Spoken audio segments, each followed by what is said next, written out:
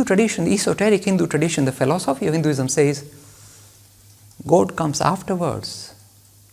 In the process of trying to understand the human condition, we have to, we encounter this idea of God. So it is a later thing rather than something that comes right at the heart, at the start. Make sure you understand this distinction. So when, for example, we're looking at the theory of creation, the esoteric Hinduism would talk about, if you like, spontaneous creation rather than a God-created universe. It is comfortable with that.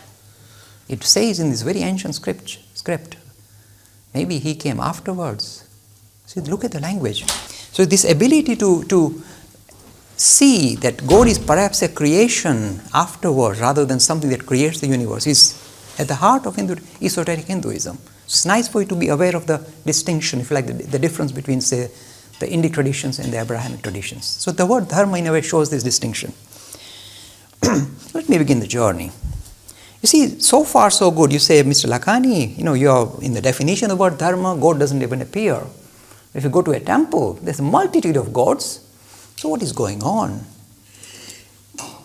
This is the first thing. For a person of non-Indic tradition, the first issue arises that you seem to have a multitude of gods and goddesses. And they look weird with 4 arms and elephant head. What's going on, Mr. Lakhani? Tidy up very quickly.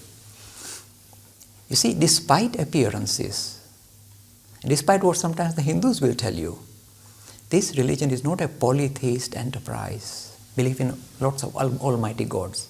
Even though the Hindus, yes, we are all almighty, all of them almighty, yes, all of them ultimate, yes, all of them ultimate. You can't have more than one ultimate, it goes against common sense. And yet they say, yes, they're all ultimate. You can't say one is more better, more ultimate than the other. But how can you have that?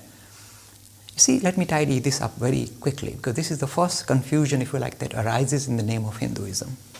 Despite appearances, this religion has never been polytheist.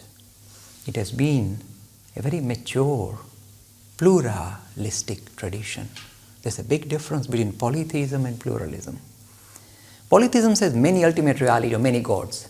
Pluralism says many ways to think of God, many ways to relate to God, many ways to approach God, many ways to perceive God. There's a big difference. And you might say, why many? Surely it should be straightforward, one-way thing. The reason why many is because we are many. As we are different, the way we think of the idea of spirit will necessarily be different. This is not a weakness. This shows the grandeur of human nature. We are highly individual, even in the same family. Free e-learning course in Hinduism. To register, please visit www.hindu-academy.com. Talks on Hinduism. Sponsored by People Care.